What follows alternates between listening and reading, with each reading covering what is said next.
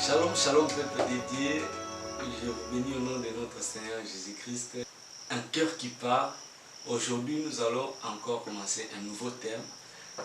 Et le thème, c'est quoi? Alors, j'aimerais qu'on puisse réfléchir ensemble sur l'hysope et les cèdres des Liban. L'hysope et les cèdres des Liban.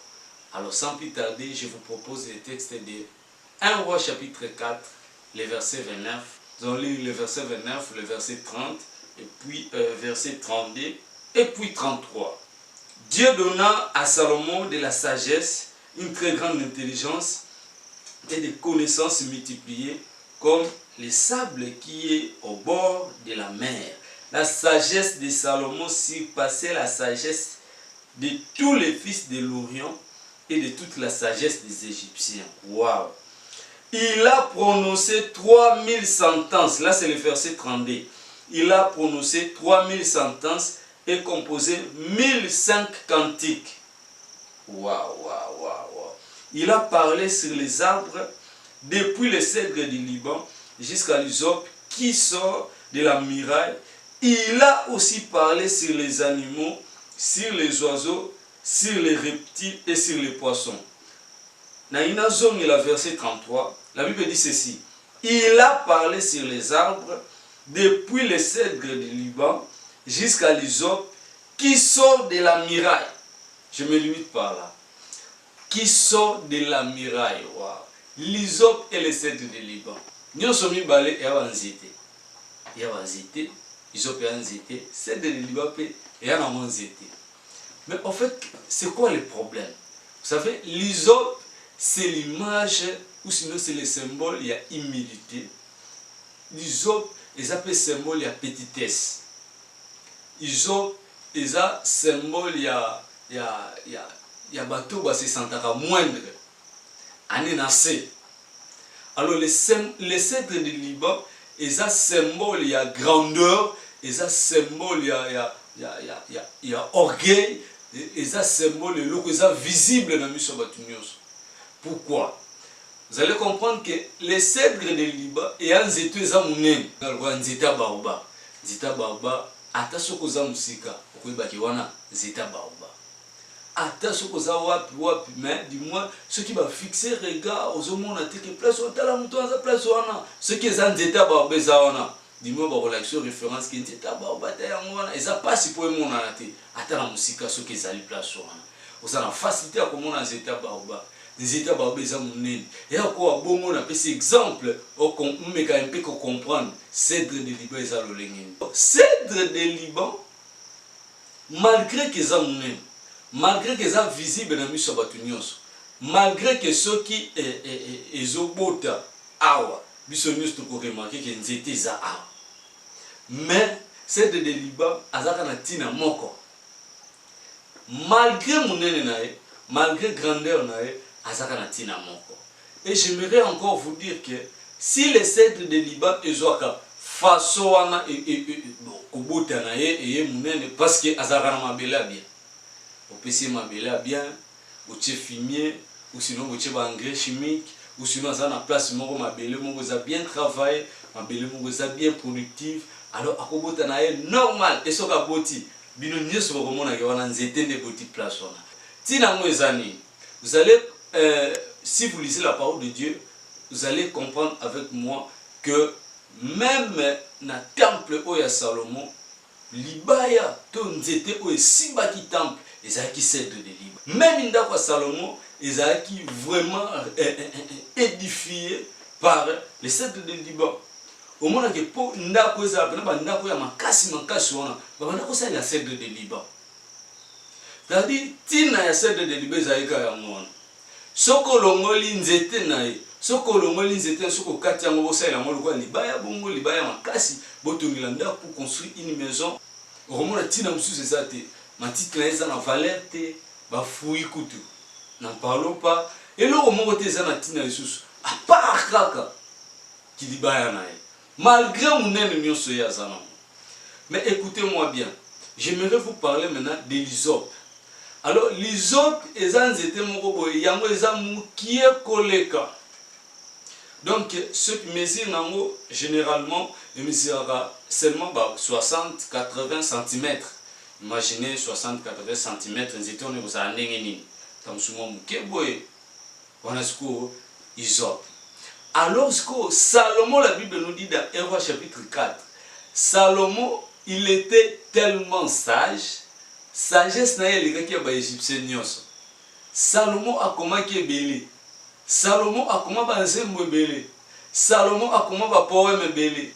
Comme on a une sagesse. Batu nyos ba que Salomon azamael. Batu nyos ba que Salomon est très sage. Alors na sagesse on nzamba pesa na Salomon. Ne Salomon a comment un niveau pour expliquer cèdre de Liban. Tina Isop ou Isop bimana miraille. N'est verset 33 il y a 1 Roi chapitre 4 et biso. Alors pourquoi Elobique a expliqué cèdre de Liban jusqu'à l'Isop oyo ebotaka na miraille bien dans les seigneurs. Cèdre de Liban dans l'obi ils ont été moko munene visible à tout le monde mais ça na tina moko tina na ezani eza ko édifier ndako eza ta mususu pona kotonga temple eza ko servir na libaya donc ce bokati nzete wana nde bosi partir ba morceau mabaya na yo wana nde valeur na mwana soko lo mole yango eza suna valeur mais ils ont pesant nzete moko ya mukie ils ont abotaka esika nyonso te. C'est-à-dire que bisika o mabele eza bien préparé, bisika o mabele o eza na ba engrais chimique, bisika mabele o eza na ba fumier, bisika mabele o eza bien préparé, bisika o phosphore ezali, bisika potassium ezali, bisika azote ezali, bisika o biloko nyonso o esengaka na nzete à vivre to à respirer bien. À vivre bien ezali ye Isop azaka na posa ya biloko wana nyonso te. Isop po na ye kobota na ye d'abord abotaka bisika miraille ezali likolo ya miraille nde bisika Isop ebotaka. Mon différence siko celle de Liban ye azana mabele ya bien aboti pe visible ya miso bato ye Isop azaka ne muke et puis azobota na bisika c'est impossible bien dans les seigneurs. Imaginez miraille ndenge ezali. Est-ce que la miraille nzete kobotana? Je ne pense pas. Imaginez le mécanisme ni nekosala que miraille na miraille kola libanga loko ezate mabele te ni te. Imaginez que po basa la miraille ba kobanda do ba bandi komatisa matériel so ezala combien de mètres mabanga na ba ciment gauche droite na te so combien de mètres. Mais ils ont hier azokote likola libanga wana. Nini esali ke izo papote likolo libangana akomi wana ndenge nini. Alors ce que je veux vous dire c'est quoi? L'Isop wana izo symboliser mutu, cèdre de Liban puis izo symboliser mutu. Parce que na Psaume chapitre 1, Bible dit ceci: heureux l'homme qui ne marche pas selon les conseils des méchants. Ce qui tient au il est comme un arbre planté. Un arbre. Donc c'est-à-dire l'arbre représente l'homme. Alors quand on parle de cèdre de Liban, on parle de l'Isop comme étant un arbre, ils ont représenté peu monde. Waouh! Et ça, on va tout sur mon qui bazara ba cèdre de Liban, mais va tout sur mon qui bazara ba Isop. Il y a mon va tout sur mon qui ceux qui abimi a commis na renommé mon goya makasi, a yebani, a zo ba exploit et puis va retrouver normal. Pourquoi? Parce que ça m'a belé a bien à sa cèdre de Liban. C'est-à-dire que nous sommes une famille ministre, famille président de la République, famille maire de la ville, il y a bourgmestre Mokoboé, il y a député Mokoboé, il y a homme d'affaires Mokoboé, il y a star Mokoboé.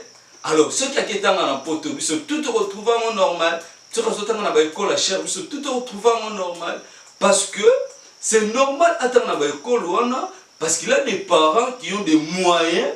Oh, ils ont ces possibilités à côté de l'école. À côté de l'entreprise, ils ont une entreprise normal parce que les parents, tout les relations, ils facilitent à chaque niveau. On a des cèdres de Liban. Alors, mais ils ont nzete oyo abimakana miraille esika oyo eza ata forme na été agronome ni ya mokili akotika convaincre nga que possibilité ezali nzete bima na likolo libanga.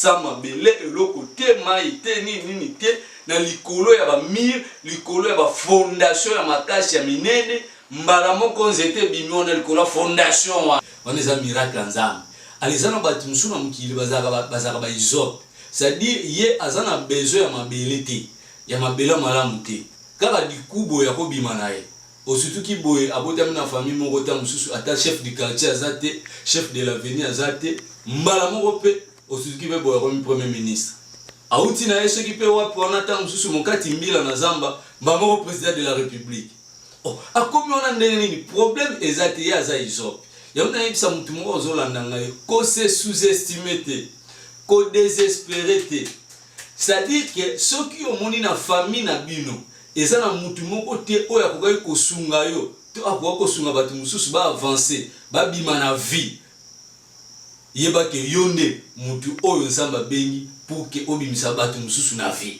c'est-à-dire que yo oza isope yo oza na posa mabele malamu te yo oza na posa te ke ba facilité o tâche pour que yo bima mais yo ko bima na ndenge na wata likolo ba fondation ata likolo mabanga yango na nebisa mutu moko bungise likia te nzamba za na yo elongo nzamba za na yo elongo nalobi nzamba za na yo elongo pe nzamba ebiro yango koba na nzela oyo za nango continue ko banga nzambe na vie na yo te utari yo kokoma kaka so nzana batu te babima na famille na bino c'est que yo mutaliboso ko bima vous savez seigle de Liban ngezana eza symbole moko ya orgueil c'est-à-dire ya za visible tellement ki batu nyonso bazomona ye mais ils ont talent zete muke amona na kate symbole la discrétion c'est-à-dire que un chrétien né de nouveau aza muto aza discret aza muto ebi ba isop na ba vie na moi za batu bazaka discret c'est-à-dire il ne fournit aucun effort pour que ba yeba ye mais makambo eza kati na yesala ke batu ba découvrir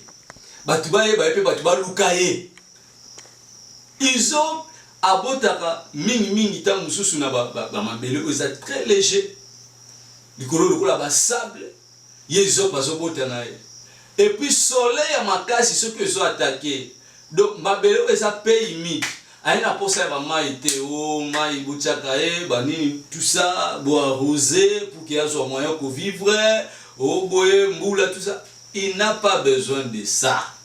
Ils ont pillé moi ezala te kutu ceux qui moi ezama makasi lisusu yazo vivre na bien au lieu que ya kauka yazo vivre na bien. Vous savez ezala batu mususu na ba vie na bango baza ba isope ata moi e makasi c'est-à-dire ba difficulté azokuta no makambo ekosala ke ya kauka ye asila c'est-à-dire à se produire lisusu te tango ezoyela ye na vie na ye. Bien. Alors pour aujourd'hui, j'aimerais qu'on se limite par ici. Et avant de conclure, je voulais encore dire à une personne que garde encore l'espoir. Garde encore l'espoir. Ne perds pas l'espoir. Dieu est avec toi.